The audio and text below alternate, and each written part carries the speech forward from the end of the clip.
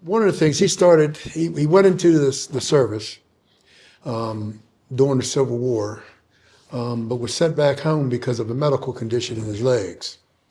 And so he was sent back home. So rather than just say, oh, I'm defeated, he came back home and decided to do things for his community. He was responsible for the securing of the land and building the first black church, which is right there at the Light and Trappe, the African American church, which later on became Scotts United Methodist Church because of the minister that was there. He also, as a part of that building, started the first black school there. And it was also the meeting place where he talked with recently freed slaves to tell them to, you can still work for your slave owner if there's a good relationship there, but this for now for pay.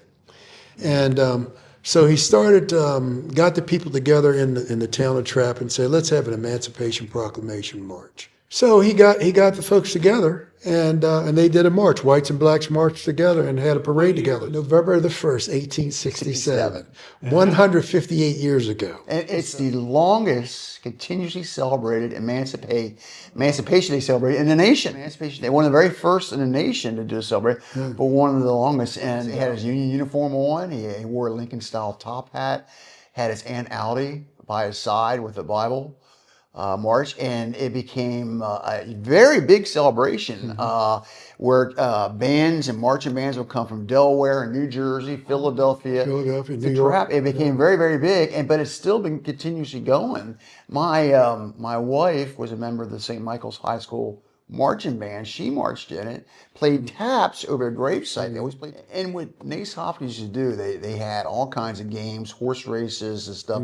But he also, because it was November 1st, it's close to Election Day, they have a lot of speeches. And Nace Hopkins was known for being a very good orator. He couldn't read or write, but in the historical accounts, he would get a lot of speeches. Spoken word, to help keep the Republicans in power.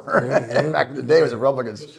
And like Paul just said, he was a man of his word, and people trusted his word. And when Barber Road, which is right next to that light right there, he was tasked by the county to kind of plot out the roads there, and go back to the community of Money Make and the new Paradise. I say new, but 100-year-old Paradise Cemetery that's down there.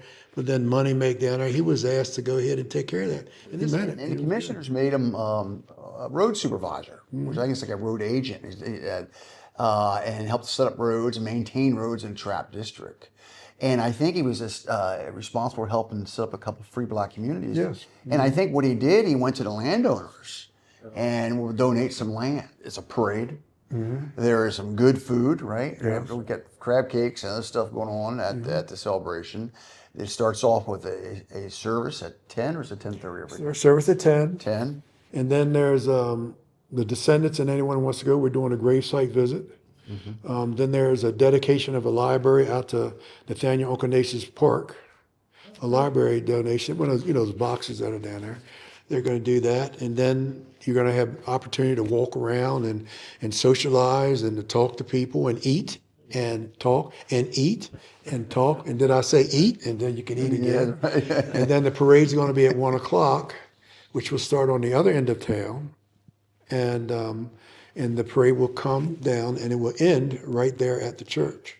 And then we do that. And then we come right on into the church after that, and then there's a performance at 2.